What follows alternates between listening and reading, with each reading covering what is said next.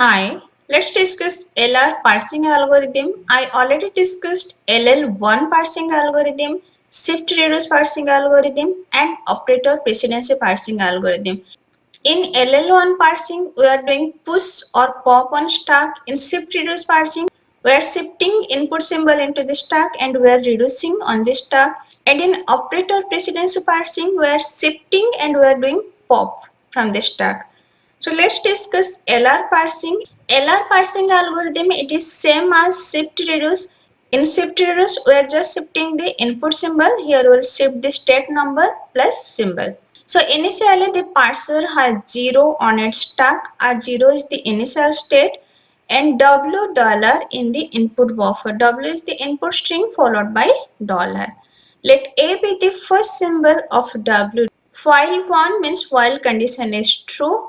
Let S is the state on the top of the stack. If action SA equal to shift T, then push T onto the stack. Else if action SA equal to reduce A derive beta, then pop beta symbol of the stack plus pop that state number. Let state T be on top of the stack, then push go to TA onto the stack. Else if action SA equal to accept break, else do the error recovery routine. This is the algorithm. Let me run this algorithm with an example that you can understand. I am considering LR parsing table of the previous example. Just go through the previous lecture that you can understand how I constructed this LR parsing table. There will be 4 columns. One is for stack, another is for symbols, another is for input string, and another is for action. Till now in all parsing there were just 3 columns, one for stack, one for input string, and another is for action. Initially stack contains 0, symbol contains $, and input string contains ID multiplication ID $. I will check this string ID multiplication ID on this parsing table. Let's create a stack. In stack first state present is 0. That is given here. Initially the parser has 0 in its stack. I am also writing this symbol for clarity. Let A be the first symbol on W. So A is ID and S is 0. Now just check 0 row and ID column. 0 row ID column, that is S4. S4 means shift 4. In action we'll write shift to state 4. We'll shift 4 into the stack plus symbol will be ID. If you want, you can skip the symbol part. You can just write the state number in the stack. Now stack contains 0, 4 and input pointer is pointing to multiplication. Now just check 4th row and multiplication column, that is R5. Reduce 5. What was reduce 5? It was F derive ID. Now in place of ID we will reduce to F. Now in stack we will reduce ID to F. And what will be state number? Just see, if action SA equal to reduce A derive beta, then pop beta we pop ID. Let T is on the top of the stack, means T is 0. Then push go to TA onto the stack, means push 0F. Push go to 0F onto the stack. What is go to 0F? Go to 0F, that is 3. Means we'll push state 3 onto the stack. Now stack contains 0, 3 and stack symbol contains $F and input pointer is pointing to multiplication. You need to check action of top of the stack and input pointer is pointing to which symbol. Top of the stack is 3 and input pointer is pointing to multiplication. So action of 3A, S is 3 and A is multiplication. So action of 3 multiplication, that is R4.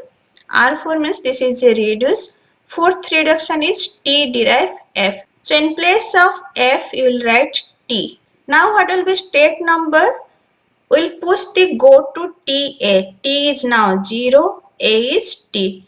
Go to 0 T, that is 2. We'll push 2 onto the stack. Now stack contains 0, 2 and stack symbol contains $T and A is multiplication. Now just check action of SA. This is our S, this is our A. So action of 2 multiplication. Second row multiplication, There is a shift reduce conflict. Either you can choose reduce or you can choose shift. Let me choose shift. Shift means here S6. So shift to 6 means in stack will push 6 and will shift this multiplication into the stack. Now stack contains state 0 to 6 and symbol contain $T multiplication. Now just check action of SA. This is our S, this is our A. Action of 6 ID. 6 ID, that is S4. S4 means shift to 4. We'll shift 4 into the stack and will shift ID symbol into the stack. Now stack contains 0 to 6 4 and stack symbol contain $T multiplication ID and A is dollar. This is our A, this is our S. Now check action SA means $4. $4, that is reduce 5 and reduce 5 is F derived ID. So in place of ID you will write F and what will be state?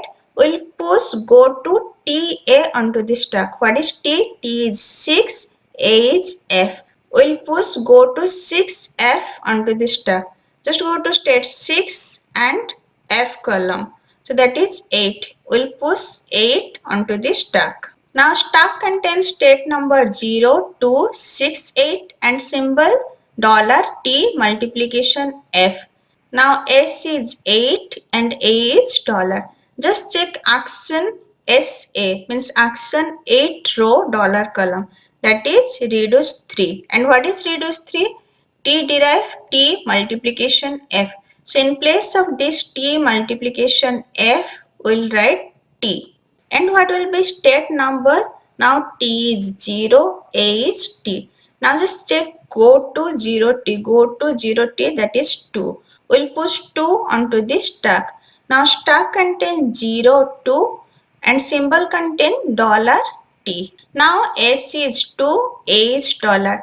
Check action $2, 2 second row and dollar column, that is R2. What is R2? Reduce E derive T. In place of T we'll write E. Now what will be state number?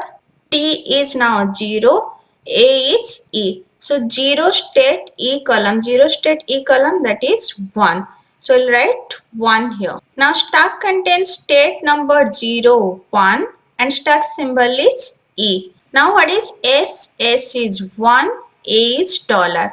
Now just check action SA. Action $1, that is accept. So when action SA equal to accept, break. Now one row and dollar column, that is accept, so will break. At the end, if stack symbol contain initial state or state 1, then it is accept. Now parsing is successful as action of SA is accept. If this lecture is helpful for you, please like and subscribe. Thank you.